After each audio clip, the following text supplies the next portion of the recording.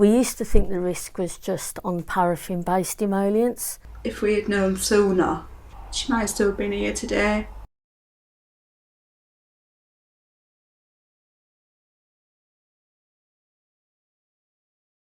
Fire service has seen firsthand how quickly fires can spread and develop where emollient skin products and fabrics are involved. It's important we're all aware of the risks so we can take steps to protect those people that we care for. Emollients are applied directly to the skin and they're moisturisers which hydrate and soothe dry skin conditions such as psoriasis and eczema. They're available in many different forms including creams, lotions, ointments and sprays. Emollients can be prescribed or you can buy them over the counter in a supermarket. If a fabric with a dried on emollient is exposed to a heat source such as a lighter, a cigarette or an open flame, they can easily catch fire. Pauline Taylor tragically died in a fire in West Yorkshire in 2015. She'd recently become bedbound, used emollients and smoked in bed.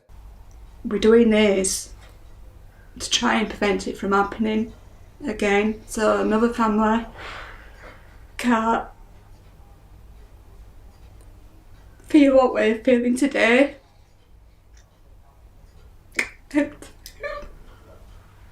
Robert Chilvers sadly lost his life in fire in Norfolk. Robert was bedbound, he was a heavy smoker, he was a heavy drinker, and he used lots of emollient skin products. So we've both had tragic incidents happen within our services. In Norfolk we had Robert Chilvers, and in West Yorkshire you've had Pauline Taylor, that both sadly lost their lives in fire. And the circumstances were incredibly similar. They both had robust care provision, they were both bedbound, they both drank heavily and smoked heavily, and because of their health issues they were both using lots of emollient skin products. Yeah, the critical difference with those cases is that Pauline Taylor used a paraffin-based skin product and Robert used a paraffin-free skin product. Unfortunately, they both lost their lives in fire. We used to think the risk was just on paraffin-based emollients, but our research has found that all emollients have the same fire risk, including paraffin-free products.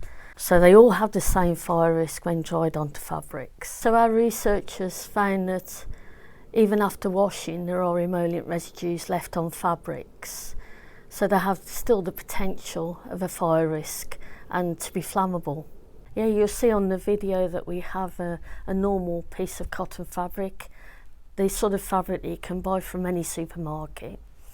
And then we have a lotion, cream and an ointment, different paraffin contents dried onto that cotton fabric. You can see the ignition time is very different when you have an emollient present. Emollients in themselves cannot be ignited when exposed to a flame. That's because of the water content in the products.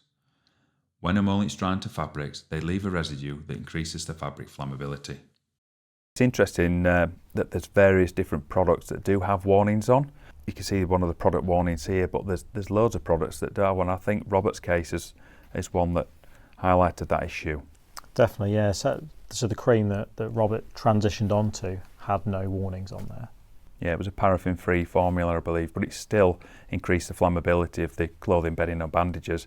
That's the most important message, isn't it? That any emollient skin product, because of the makeup and the stuff that's in there, if dried onto fabrics, increases that chance of ignition, that flame growth, the flame temperature, and causes a really significant risk.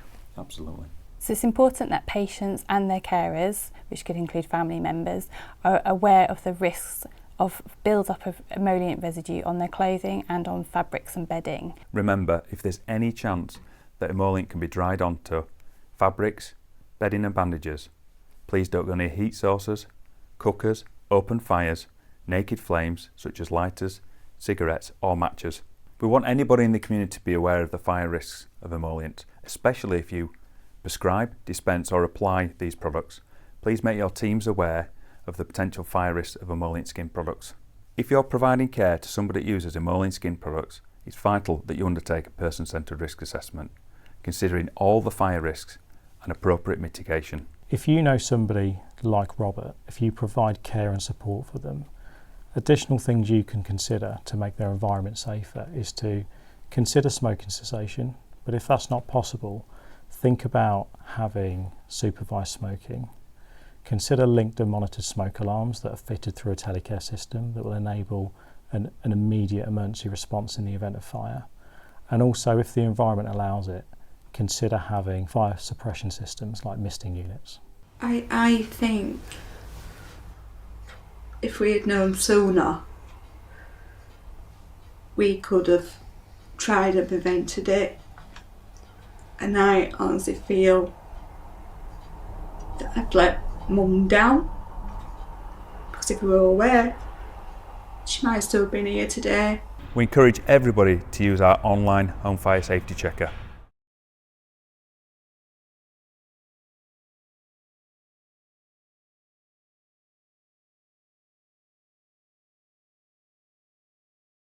You can also visit the NFCC website or the MHRA website. Thank you.